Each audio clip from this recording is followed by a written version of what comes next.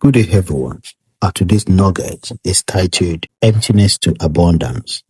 And our text is taken from 2 Corinthians chapter 9, verse 8. And God is able to make all grace abound towards you, that ye, always having all sufficiency in all things, may abound to every good work. Emptiness is not only the absence of things, it is the absence of strength, peace, joy, clarity, and fruitfulness. A person may look fine outwardly and yet be empty inwardly. But God does not only feel emptiness, He turns it into abundance.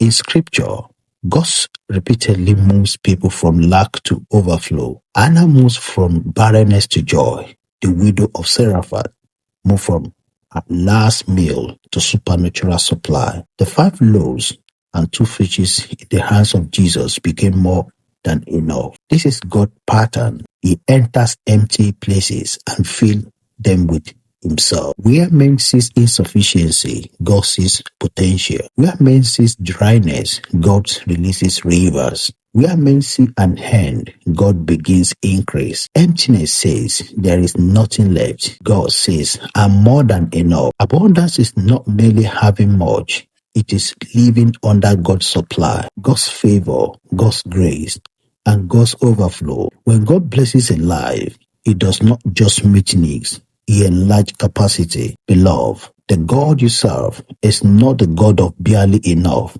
He is El Shaddai, the all-sufficient one. He can take your little and make it plenty. He can turn famine into fullness and scarcity into surplus. So today, brethren, check your expectation.